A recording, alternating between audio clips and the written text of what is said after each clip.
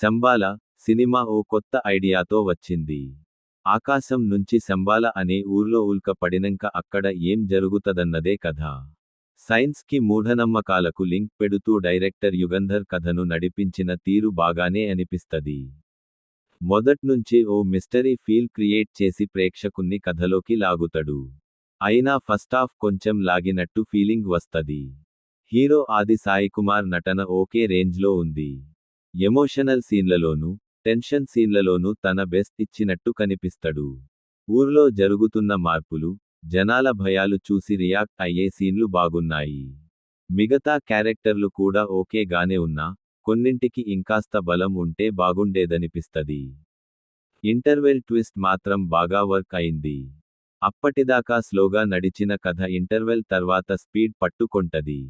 Second half చూడాలనే interest పెరుగుతది. Science elements కొత్తగా ఉన్నా, వాటిని పూర్తిగా ఎక్స్ప్లెయిన్ చేయలేకపోయినట్టు అనిపిస్తది.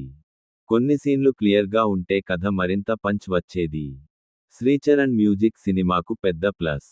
బ్యాక్ గ్రౌండ్ స్కోర్ థ్రిల్ సీన్లను బాగా ఎలివేట్ చేస్తది. కానీ విఎఫ్ఎక్స్ మాత్రం కొంచెం డల్గా అనిపిస్తది.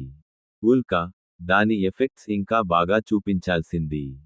ఫస్టాఫ్లో కొన్ని సీన్లు కట్ చేసి ఉంటే సినిమా ఇంకాస్త టైట్గా ఉండేదని ఫీలింగ్. మొత్తానికి, శంబాల సినిమా డిఫరెంట్ కాన్సెప్ట్తో వచ్చిన ప్రయత్నం. కథ కొత్తగా ఉన్నా, క్లైమాక్స్ రొటీన్గా ఉండటం మైనస్. అయినా థ్రిల్లర్ టైపు సినిమాలు ఇష్టపడే వాళ్ళు తప్పకుండా చూడదగ్గ సినిమా. రేటింగ్ 3/5.